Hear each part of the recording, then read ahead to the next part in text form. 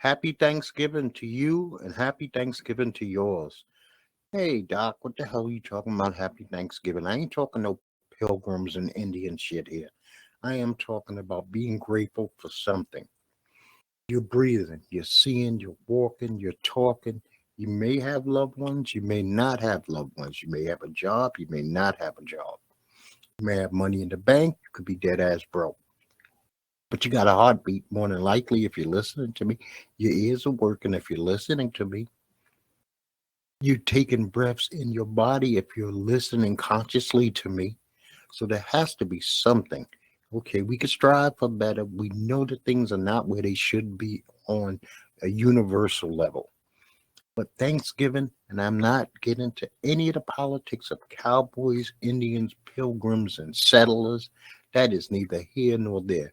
The idea that we come together as a family, if it's a big family or small family, or even a lonely one person dinner, that you take the time to reflect about the things that you are grateful for. There has to be something that you have great gratefulness for. It has to be something. If it's not, reevaluate, think about it again, look over your life. Don't be so uh, cynical. Say, you know what? This is something that I have that maybe nobody else has. Nobody else has your life. You have the opportunity to make it better. You have the opportunity to make it a lot worse. But there has to be something. The 10 fingers, the 10 toes, the 2 ears, the nose, your looks, your personality, your swagger, your dressing ability, your job. I don't know what it is. It could be your kids. It could be anything. You could be in a dire straight situation and still be thankful because that's how you're built inside. That's how you are. You don't let things get to you like other people let things get to them. So I say happy Thanksgiving once again to you, and I say happy Thanksgiving to yours. Now I named this show the Gun Show and Thanksgiving. Last Saturday, I was supposed to go to a gun show, so I would have given you a breakdown of everything that went on. But the Kyle Rittenhouse verdict came in, and I just said to myself, maybe this is not a wise time to actually be around a lot of people who are armed, a lot of people who might have political opinions about stuff. And I didn't want to draw myself into it. I didn't want to go past tables that might have been pro Kyle Rittenhouse, because some of these gun shows that I've been to have had tables that says Biden's not my president and Trump is my president. I mean, so there are a lot of political things going on. And so I decided to leave the gun show to later in December when things hopefully calm down, when we get past the Abadu Audrey trial, when we get a little bit past the Kyle Rittenhouse acquittal. And then from there, we'll move on. So this week, Julio Lugo, who was a former shortstop on the World Championship Boston Red Sox team, died at the young age of 45. Heath Friedman, who was playing a killer on a TV show on Fox called Bones, he died at the age of 41. Young Dolph Robert Thornton Jr. was murdered at the age of 36. We are sure that we've all pretty much seen it. I don't know if you're into the rap world. I tried to listen to some of his music. Young Dolph was not for me musically. I feel bad for those loved ones that he has. I feel bad for his friends and family that they have to go through the holiday, and that this young man who seemed to have some kind of standing in his community was snuffed out. And I hope that the right thing is done in this situation. Steve Smith, who played mostly for the Los Angeles and Oakland Raiders, died at the age of 57. He went through a battle with ALS, better known as Lou Gehrig's disease, for almost 2 decades. He was a national champion at Penn State. He was a third-round draft pick in the 87 draft for the Los Angeles Raiders. Sorry. So I wish him a rest in peace. He actually played on a Super Bowl winning team at Penn State in 1986, the year before he graduated. He spent 7 seasons with the Raiders. He was a fullback. We don't have a lot of fullbacks who reach any prominence in the league anymore. He blocked for Bo Jackson. He blocked for Marcus Allen. So he was a big part of that team. He seemed to be a well-loved and well-respected man among the Raider Nation. So I say rest in peace to Mr. Smith. Aldo, an actor from The Sandlot and Fields of Dreams, died at the age of 78. And Doug Jones, who played 16 seasons in the Major League, most of them as an all-star with the Cleveland Indians, passed away at the age of 64.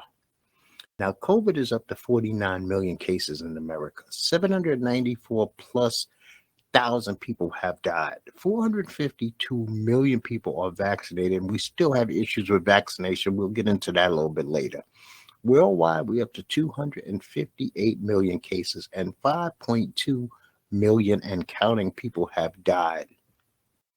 Now, they've been having violence over in Europe because they put a new COVID clampdown. It seems like they have went back into a reversal cycle. And I mean, I don't know where we go. This is the most confusing time of my life. I am not afraid or ashamed to admit it. This COVID, I follow the rules. I get my vaccine. I go back. I get my second vaccine. After the holidays, I will set up a booster shot. I wear a mask. I wash my hands. I social distance when I can. But it seems like there are millions, 452 million of us are vaccinated, and the disease or the virus will not go away. I don't understand. So Kyle Rittenhouse on the 19th of November was acquitted of all charges. Shocked, surprised, not. If you go back and listen to my last show, I said that I would not be shocked. I would not be surprised the way this judge conducted himself, the way the prosecutor conducted themselves. I did not expect this, but we do have to come to a realization in the United States of America, and more than likely worldwide, how a young man is perceived and how a young black male is perceived are two different things. The scales of justice is not blind. She is peeking to see whose son it is standing in front of her. If the son looks like Rittenhouse, he gets one thing. If the son looks like me, he gets another thing. I would have never made it to a jury of 12. I guarantee you, I would have had that AR with me walking down those streets, and I would have been the third or fourth victim that evening. It would have been as simple as that. There would have been no jury of my peers. There would have been no public trial, and that would have been the end of it. Now, this fucking evil lunatic, Darrell Brooks Jr., he takes his SUV and he plows into a Christmas parade in Waukegan, Wisconsin. A Christmas parade. He injures at least 12 kids. He kills 5 people. 40 people are injured. You can't even go to a Christmas parade. I mean, there has to be rules. Oh, geez. Gangsters, y'all have to set up parameters where civilians are not taken out. You have to set up parameters where the gangsters, the thugs, and those who think that things are all right, that prisons will be pure hell for you if you enter those gates, if you commit certain crimes, if you rape, beat, harm old people, innocent civilians, that they will come down upon you with the wrath of God. But we don't have people out there who stand in the positions of leadership. They have thousands upon thousands of people following them, and they could just make a YouTube video. Each leader could say, you enter these gates, and you enter these gates in not an honorable way, that the hell, fire, and brimstone that you will be wishing for, you can't imagine what it will be here for you. Darrell Brooks Jr., what he did was an abomination, and he shall suffer the consequences. So we have the Amadou Aubrey trial. Pretty soon, this thing is going to go to the jury. I'm glad it's not going to the jury before our Thanksgiving dinner when we're all together. I hope that tensions will not be at an all-time fever pitch. I'm hoping that the right decision comes out. This man did not deserve to die. For that defense attorney to state that even though he wasn't armed, he was armed because he was carrying black man's fists is grounds for disbarment as far as I'm concerned. So we got that Giselle Maxwell trial, and nobody really gives a fuck, but I'm just putting that in your ear, okay? Now we have this Niagara County judge, Matthew J. Murphy III. I'm going to say that again, Matthew J. Murphy III. He said jail is inappropriate for Christopher Belter, who's 20 years old and has pleaded guilty to sexually assaulting 4 teenage girls. 4 teenage girls' lives were altered, roadblocked, stymied by this Christopher Belter, and this judge who took an oath says that jail isn't appropriate for a rapist who pled guilty to these charges. Who else could get this but a person of privilege? A person, see, there's white privilege, then there's privilege of wealth, and then there's a caste system, poor, rich. And I mean, this, so he hit 2 of the criteria. He's a 3, male, white, 2, rich, 4. And his father, probably somebody that Murphy the third knows, or his mother, somebody they know, because they are attorneys too. So lawsuits are piling up against Travis Scott for that deadly Astroworld music festival. They're now seeking like almost $2 billion in damages. That's crazy. He's got a lot of stuff to deal with there. The contriteness, the I'm sorry, I don't understand. It still hasn't come out. Drake is going about business as usual. He actually setting up a concert with Kanye for December 9th, less than like a month or so after people died while he was on stage. As far as I'm done with Drake. I don't want anything to do with Drake. I don't want to hear about Drake. I don't give a fuck about Drake because I can't co-sign being that unempathetic. I cannot co-sign the wanton disregard for human life as he seems to be able to do. So I can't touch that. Old Dominion University has placed this Dr. Alan Walker on administrative leave. They said the university said that they can't back her play that child sex abuse is okay because she states that people cannot control their desires, and she penned a book. She's trying to destigmatize pedophilia. Can you fucking believe that somebody's out there trying to destigmatize pedophilia because she says they're just minor attracted persons? Matter of fact, my next show is going to deal, and I believe this is a trans individual. My next show is going to deal with them, they, he, she, we, us, because fuck all this nonsense. He exists, she exists, and I am going to state my case clearly and concisely that just because a segment of our population does not want to be labeled, that we all have a problem being labeled, because I am a man, I am a he, I am him. And you don't get to take that away from me. My mother was she was her. And you don't get that to take that away from her. My wife is a female, born female. I'm not cis anything. I am a heterosexual. These are terms that we've always been accustomed to, and I refuse to bow down or bend down to any other group that tells me what I should be called. I'm a Black American. I don't even use the term Afro-American because, okay, you could say that my lineage is from Africa, but can you say the lineage, even if it was rape, the rape part of me from Europe? I'll take Black American. But this Dr. Alex Walker, forget administrative leave. She should be fired immediately. Minor attracted persons. What kind of shit is that? See, sometimes people want to act like they're too intelligent for the room. They have the clue. They have the answer to everything. They're smarter than everybody else. No, minor attracted people are committing crimes. You should not be attracted to minors. Now, everybody attracted to minors, do they commit an offense? No.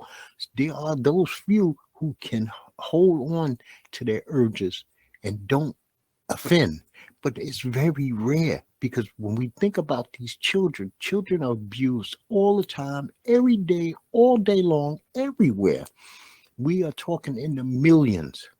And it's sad because some people have to defend these children. When you have people out here actually saying that the children, you know what, they should be honored, that people are attracted to them. This bitch is sick, man. She can go fuck herself. So I'm watching 911, which is a horrible TV show, by the way. I do not recommend you get involved with the 911 TV show that's on Fox. It's been on for quite a few years. Either you watch it or you don't. But one of the actors on the show, Rockmond Dunbar, who was Angela Bassett's husband, cheated on her. Come to find out, he's had a 20-year gay relationship. Well, to get to the point, he's now left 911 because he refused to get the vaccination. You know what? Go get a little fucking violin, man. What you doing is not a personal choice anymore. This is bullshit. Amari Cooper, bullshit. Not personal choice. This is a communal choice. This is a choice that affects the community you live in and every single person that you come in contact with. So this personal choice shit is a weak argument because you don't use personal choice when you need surgery and you need a tetanus shot. You don't use it when you need Novocaine and you had a fucking dentist. So don't pick and choose what you want. Smallpox, you took it. Mumps, measles, influenza, you took it. You might even take a flu shot, but for some reason, COVID-19, which is affecting the entire world, from one corner to the next corner, that one you have beef with. You become an overnight scientist. You become an overnight doctor when you might not even graduate college. And it makes no damn sense. The Good Doctor's been a very weird show the last couple of weeks. Sean and Leah, they're trying to get married.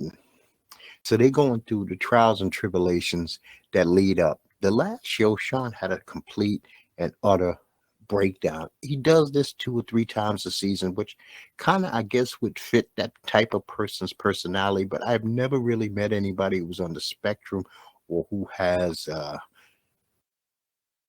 what Sean has. So I don't know. SNL a week ago had Jonathan Majors. Jonathan Majors, from Lovecraft Country, The Harder They Fall, things of that nature, and Taylor Swift.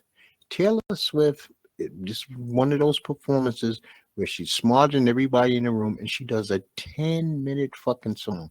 How Saturday Night Live allows a 10-minute song to be done during their show is crazy. Maybe it gave the writers a break, but I thought it was self-indulgent and I thought it was bullshit. This week then, Simi Lou and this rapper named Sweetie appeared. Sweetie is horrible. I don't give a fuck what anybody says. I don't get it. I didn't like it. I thought the show was all right, but she was horrible. Curb Your Enthusiasm this season has been the absolute worst season of the Curb Your Enthusiasm franchise. I don't know if Larry David gives a fuck anymore. I don't think he even cares remotely about what's going on with the show. It's just screaming and hollering for no reason at all most of the time. Things that just don't make sense. Before it had a direction, it had a beginning, middle, and end. You could see where it was heading, even though he would throw you curveballs. But this one is just nonsense for nonsense sake, as though he's mad at HBO for some reason. And because he's obligated to give them shows, he just throwing shit up against the wall. Family Guy has been good as usual. Now, I'm going to admit, as a male, this might sound a little bizarre, but I'm a big fan of the true crime TV genre. So I watch TV One, I watch Oxygen, I watch Snapped, I watch For Your Man, I watch Fatal Attraction, I watch Snapped, I watch See No Evil. Those are some of my favorites. Now that Lieutenant Kidner's off the air, and I watched ATL Atlantic Homicide. So if you have nothing to do and you're bored, these shows are interesting. Sure, they're a little bit repetitive. And I also like Fear Thy Neighbor, which I think is an outstanding one because it gives you something to think about. because there's also a show called Fear Thy Roommate. You know, sometimes in life you must fear your neighbor and your roommate, or be on guard against your neighbor and be on guard against your roommate. Now I want to go back to the gun show real quick. Am I in need of another gun? No, I'm not in need of another gun, but I do want to get some bullets. I don't want to use Full Metal Jacket as self-defense.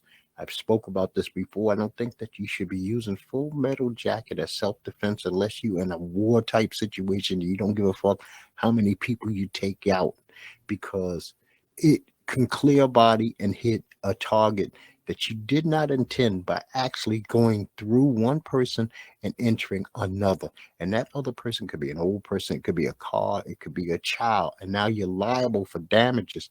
So personal defense weapons, stuff that meets the FBI code, I think is the best. But I'm also in the market for holsters, always looking for new holsters. I hate Kydex holsters, but I'm looking for a new holster for winter.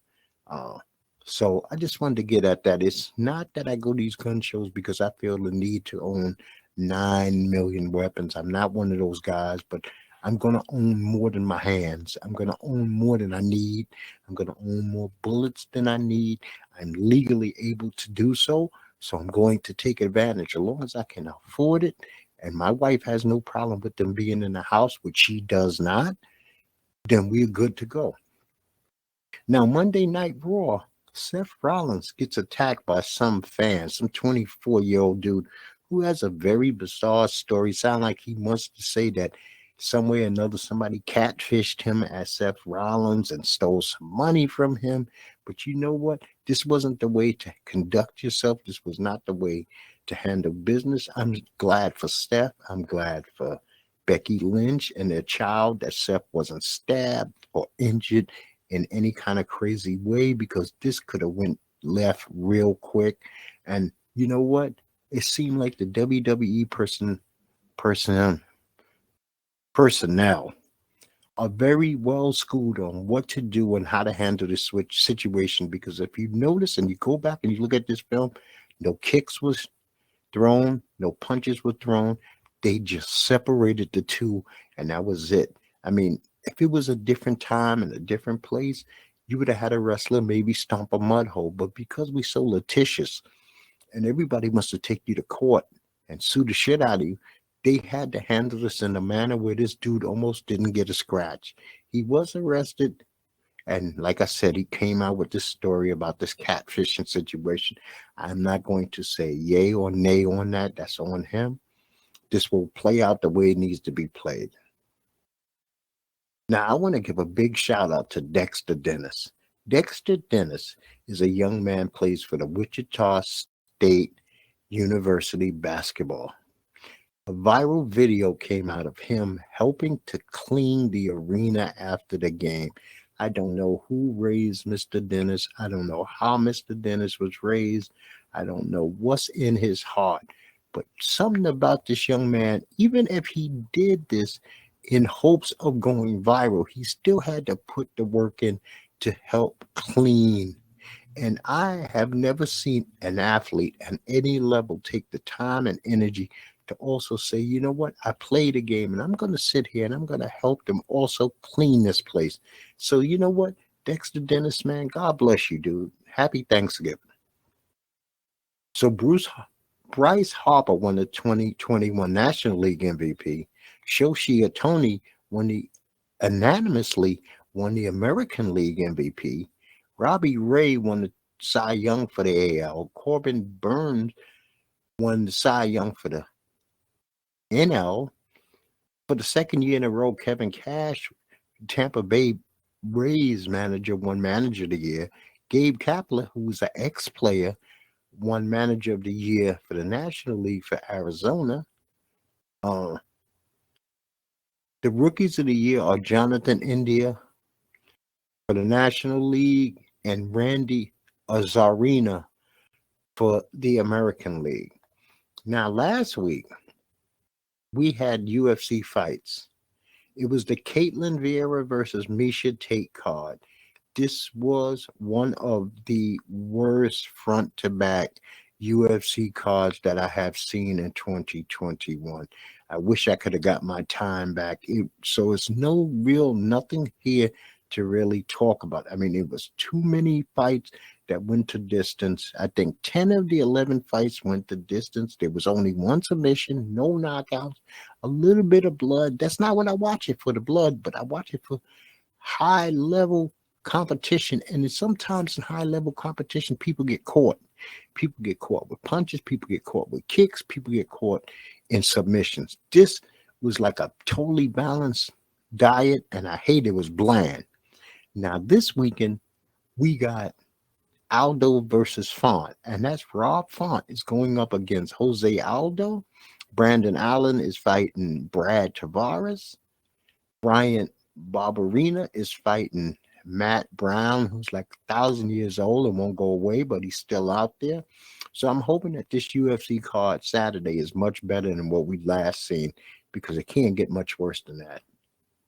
So LeBron James gets ejected after let's put it this way. LeBron James not only threw an elbow, but he threw a bat punch to Isaiah Stewart. Now, I understand Stewart got in his face and he calmed down, but when he tastes the metal of that blood, which is a normal reaction for a man, when you taste that metal, it does something to you mentally, physically, emotionally, and it set him off. So he winds up getting suspended 2 games. LeBron gets suspended 1 game. LeBron is the one who threw the dirty blow. LeBron is the one who drew blood. But because Isaiah Stewart is not LeBron James, he gets more than LeBron James. And this is wrong. And I'm not going to buy into LeBron said, "Are you fine? You all right, bro?" You know what? We don't always get to say sorry. You know what? When that motherfucker drove that car through that crowd, his first reaction might have been, "I'm really sorry about what I just did." But we don't play duos. We don't give you a pass because you say sorry. This man is a grown-ass man. He has a family and maybe a wife or whatever to answer. He has to answer to Isaiah Stewart when he looks in the mirror, and he has to say to himself, "Am I allowing this man to chump me because he think he can? And because everybody said that I should allow myself to just bow down to him?" So I think the NBA got this wrong. LeBron James should have got the 2 games. Stewart should have got the 1 at most. Now, next week in the NBA, we got, let me see, to finish off this week, tonight, we got the 76ers going up against the Golden State Warriors. Thursday, Thanksgiving, there are no games. Friday, you got the Suns versus the Knicks, the Bucks versus the Nuggets, and the Trailblazers versus the Warriors. Saturday, you got the Knicks versus the Hawks, the Suns versus the Nets, which should be outstanding. Sunday, you got the Warriors versus the Clippers. Now, I'll be back Monday, and we'll go through the games of the week starting next Monday for that week. But those were what I figure are the games of the week upcoming between now and Monday. So Chase Young was lost for the Washington football team, torn ACL. He's going to be out for the season. Le'Veon Bell, who's never been the same since he took that year off, was released by the Ravens. Chris Carson, the running back for the Seahawks, is going to have season-ending neck surgery. Khalil Mack is on the IR and will have season-ending foot surgery. The Giants finally came to some form of their senses and fired Jason Garrett yesterday. Now this week, I'm not going to even go through the football games that passed because I think it's a waste of your time and it's a waste of my time. But I do want to say that I thought Jonathan Taylor, with his 5 touchdowns, 185 yards, and 19 yards receiving, was the player of the week. He was outstanding. He was really on point. I thought that Cam Newton played decently. I thought that Tyler Huntley, in his first start for the Ravens to get the victory, was fantastic. I'm very disappointed in my Cowboys. I'm more disappointed in Amari Cooper, who not only will miss last week, but will be missing tomorrow's game, Thanksgiving, and we could use him because CeeDee Lamb got a concussion against the Chiefs. And he's missing these games because He knows better than everybody, and it's a personal decision not to get his COVID-19 test, which I call bullshit on. So let's go through the games that are coming up. Tomorrow, unfortunately for you, me, and everybody, the Chicago Bears are going to be playing the Detroit Lions in the first football game. And as I stated earlier, there will be no basketball NBA to turn over and at least distract your attention. Maybe you might have to actually talk to whoever's at your house or get on the phone with a friend you haven't seen in a while that's out of town. You could do other things. Hopefully the weather's nice enough for you to sit on your deck or in your backyard. But once again, I said the Bears are playing the Lions. I think the Bears are going to actually keep the Lions winless. The Raiders are playing my Cowboys in Dallas. Dallas has got to win this game. This is a do or die game. Can't lose 2 in a row. The Raiders are on a 3-game losing streak, so I'm taking Dallas. And then Buffalo is going into New Orleans to play the Saints. Buffalo has to have a bounce back game after playing like garbage last week against the Colts. They need this desperately because the Patriots are neck and neck with them, actually maybe even a little ahead of them, and they have got to show and prove that they're about business. So I'm taking Buffalo. The Steelers are going into Cincinnati. This is a tough one to call, but I'm going to go with Cincinnati. Cincinnati, I believe, beat them earlier this year, and they're at home, so I'm going to take Cincinnati. The Buccaneers are going into the Colts, Indianapolis, to play the Colts. I do not trust Carson Wentz. As a matter of fact, Hard Knock, the Colts, Indianapolis Colts in season started last week. It was a very good first episode. It should be even better second episode because I believe they're going to give Jonathan Taylor his flowers this week. You know what I mean by flowers. Your respect and love that you deserve while you're on the planet, while you could smell those roses. So I believe that they're going to have to give him some big ups on the show. So I'm taking Tampa Bay. Carolina Panthers is going into Miami. I got to take Christian McCaffrey and Cam Newton to beat the Dolphins. The Titans are going into New England to play the Patriots. I like the Patriots defense, and I'm not really feeling Tannehill right now, so I'm going to take New England at home. The Eagles are going into New York to play the Giants. I think the Eagles are just a better team than the Giants, so I got to go with the Eagles. The Falcons are going to Jacksonville. Nobody deserves this game. Nobody deserves this game. But Matty Ice, quote unquote, Matty Ice, Matt Ryan should be better than this kid for Jacksonville. So I'm taking Atlanta to win. And here's another game nobody deserves. The Jets are going into Houston to play the Texans. I can't trust the Jets, so I'm going to take Houston on the road to actually win at home. The Chargers are playing the Broncos. The Broncos are coming off a bye week, so I kind of like the Chargers in this game.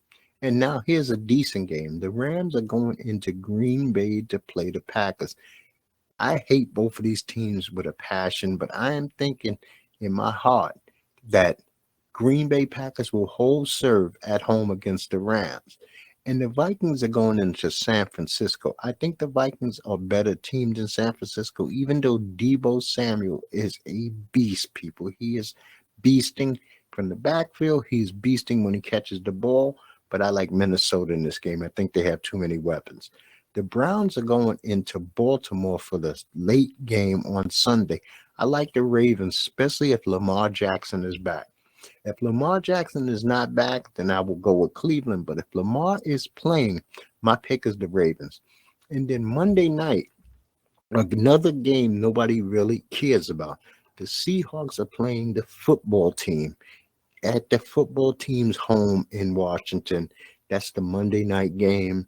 Seattle, Russell Wilson looks so bad that I actually have to take Tyler Hinkey and the Washington football team to hold home field advantage and beat Seattle, Washington.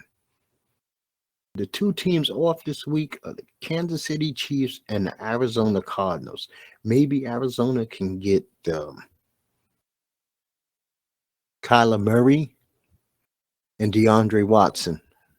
Hopkins back healthy because they've been out for 3 weeks and this will be the 4th week. Hopefully they'll both be back. Once again, I wish you people nothing but a great Thanksgiving. If you can maintain your cool, if somebody pisses you off across the table, but their family or their friend, their loved one, their buddy, hold your tongue. You can always swallow that. I'm not saying swallow your pride for anything or anybody. Don't let nobody disrespect you. But if it's a small thing, let it pass. If it's a small thing, don't fight with your own. Let's not cannibalize each other. Let's love each other a little bit. Let's let's try to raise the flag on peace, especially with our own. It's time that we do that.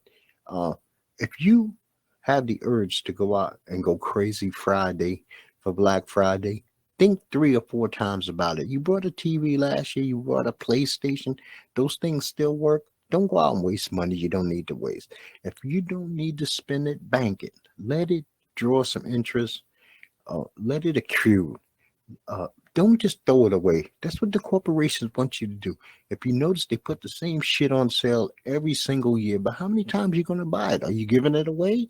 Are you giving it to charity? Are you gifting it for Christmas or Hanukkah or whatever? If you're not, what do you need? Do you need an extra TV in your closet? Does your closet need a TV? Probably not. So enjoy. I hope the food is delicious. I hope you have more than you need. I hope that you have overabundance. And I wish you peace to you, and I wish peace to yours.